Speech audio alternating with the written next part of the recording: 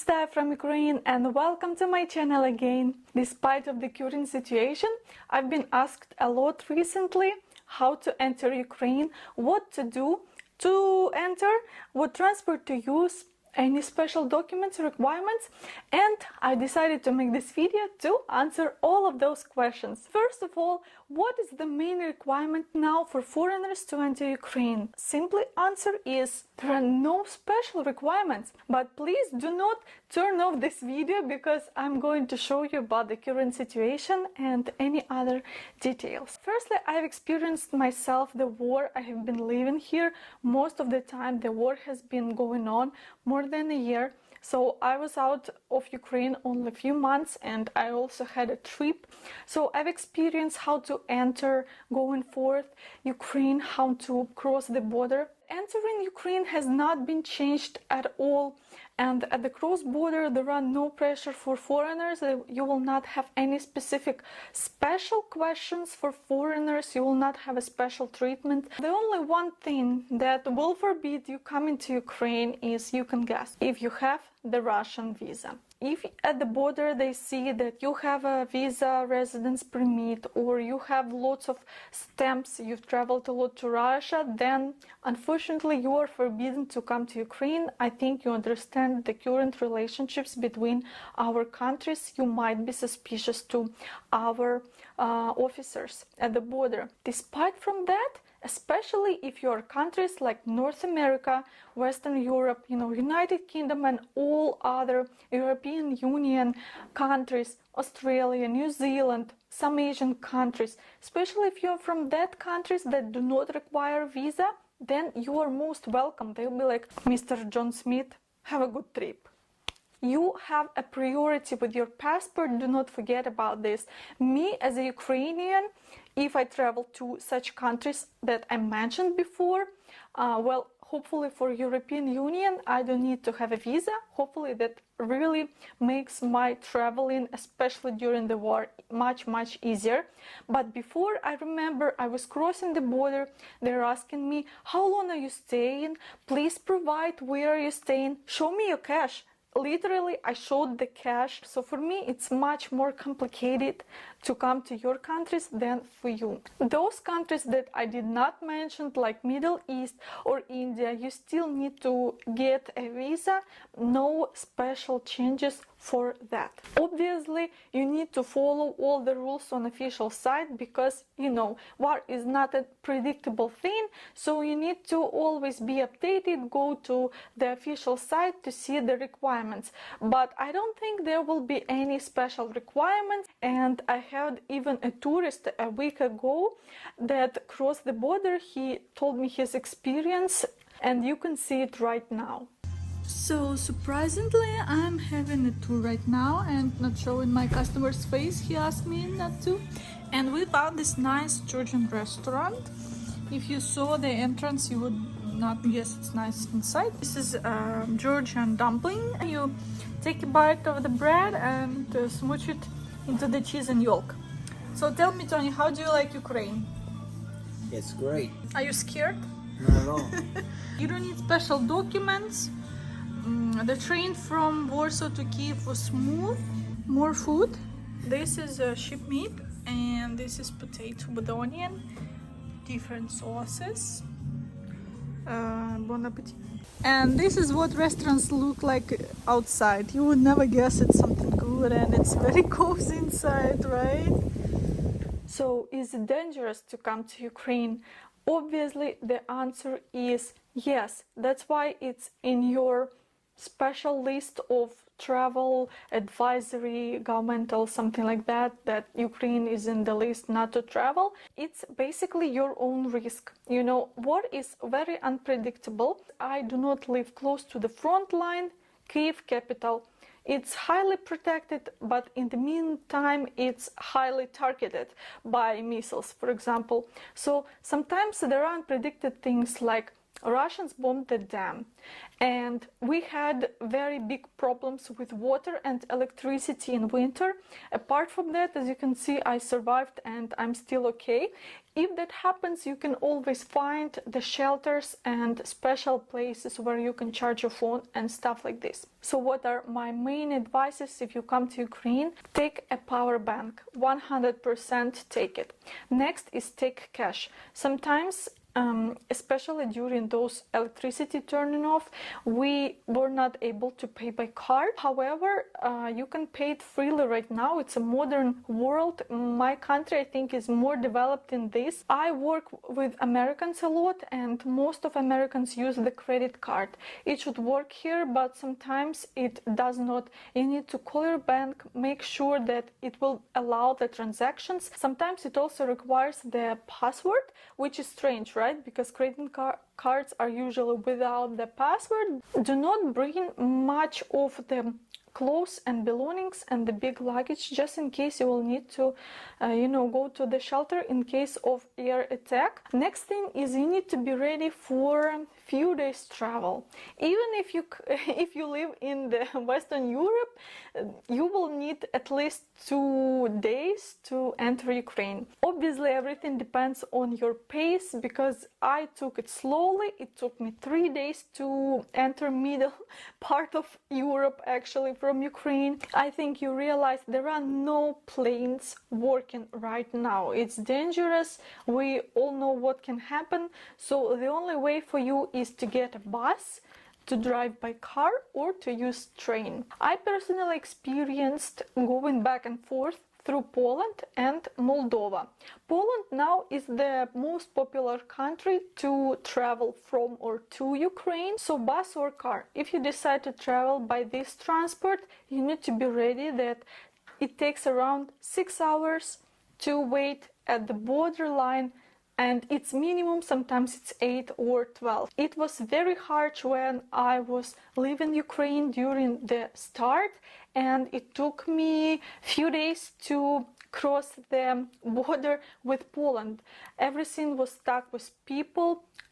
There were so many cars, so many buses. The trains, people literally took big luggages, and those luggages were just thrown off the train, because you need to have much space for people, and people were standing more than 12 hours, or they were just laying on the floor. About train, you cannot unfortunately buy tickets in advance. I think it's 3 weeks maximum right now. We have the official site of tickets, Ukrainian Zaliznytsia, Ukrainian Railway. You can buy tickets over there and see the types of trains and how much it costs, and you can book the seats very easily and comfortable. However, my tourist from America told me that I didn't know this before. If you take the night train, then because of the curfew, the train will stop, and from 12 a.m. to 5 a.m. it will not move. The train will come on time. Usually when you take the night train, it's supposed to let you sleep, so there will be cabin tickets, and you will be able to lay, like a normal bed. However, usually the places down, they are very fastly taken, so you need to be really fast to take those places. There are no shower in the train. There is a toilet, and I think there is no cafe in such trains. I personally took intercity one that is faster. However, you need to sit there, so it's the only sitting train. It's modern, and there is a cafe there. You can buy some food, tea, coffee, and so on. I took the train that comes from Przemyśl. It's a small town at the Polish border near Ukraine, and there is a direct train from Przemyśl to Lviv. It takes only a few hours, and to Kyiv it takes around 10 hours. Okay, you stop at the border a few times, they check your documents. Of course, there are very cute dogs, and they check sometimes your belongings, but you just sit, and that's it. So before they entering the train, they also check your documents. There's also a train Kyiv-Warsaw, but it takes longer, and you will have a layover in another city called Helm, so it's not straight. And when you enter Ukraine, you can easily use apps like Uber or Bolt. It works here as everywhere else without a problem. Get a taxi to your hotel. You need to know that some of the places in the city center of Kiev are blocked where there are administration buildings. Most of the places like sightseeings, churches, they are open, and I can show you here in this video what you can see during this time. Look at this nice place. It's called Pizajna Alley, where people are taking photos. It's fun, it's for kids. Here they have the bunch, you can see it. It's a bird, it's a rabbit. See, there's a fountain also. So it's really cool. A bit cold now, but usually summer in Ukraine is like summer, not this cold. Typical situation, you do your own life. Now you hear air attack.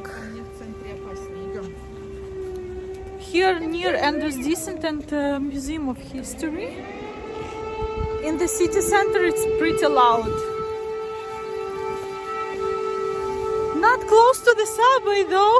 We will be okay, because usually they give us the messages, they turn on the air attack, I don't know, an hour, 30 minutes before anything should start. So what to do during air attack? Continue your life. I don't know what's going on here. It seems like a festival, market or what.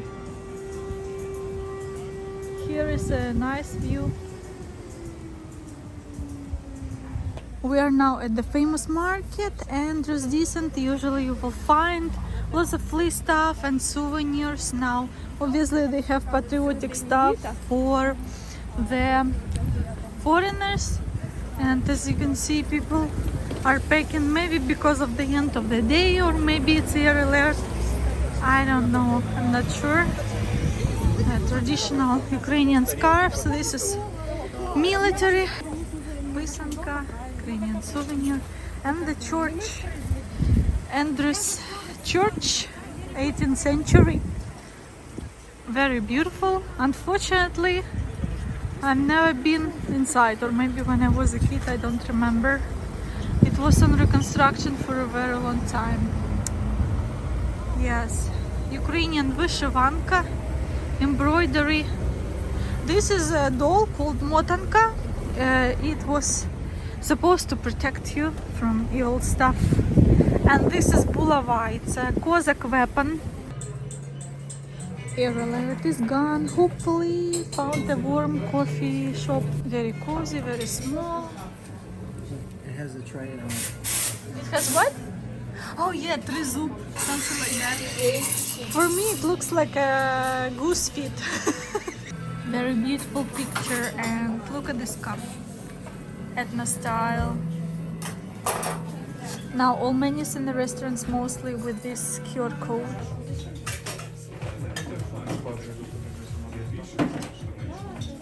Famous cakes here are Kiev cake, you see on the right, and the red velvet cake with cream cheese, one of my favorites. What else you need to know during your stay in Ukraine? Firstly, be ready for air sirens.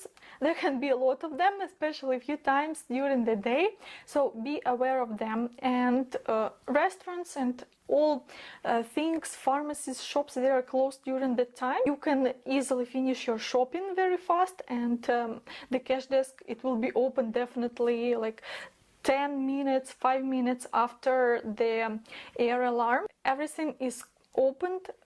Restaurants, sightseeings, the monuments are closed. They are covered with bags and some protection. Some museums, they took off the those sculptures or very precious paintings. They hid them, so maybe you will not be able to see lots of museum stuff, but local outdoor sightseeing, especially with good weather, you can experience it very easy. So one of the sightseeings that it's not maybe on top list, but still interesting to see, this is a polytechnical university. Famous scientist Platon was one of the founders of this university. He also built the bridge in Kiev, famous Platon Bridge. Lots of people take photos here. Usually this building is famous for photo sessions and, I don't know, YouTube dancing videos and stuff like this. So yeah, people are having fun. Science is a way of life and a way of thinking. That's his quote. It says he's a hero of Ukraine and 2 times hero of socialistic work. You know, Soviet Union, they gave awards for anything. Very calm and empty. The library. If you have any questions, do not hesitate and write on my email. Also check my main site of my services and I will be able to help you. And I hope you have a wonderful stay in Ukraine. Thank you for watching me. As usual, like, comment, subscribe and share the videos. It helps to promote my channel. This is what I got. Maybe you cannot see the silver button. Yes, because of you, because of your support. Thank you so much. I really appreciate it and see you in my next episode. Bye.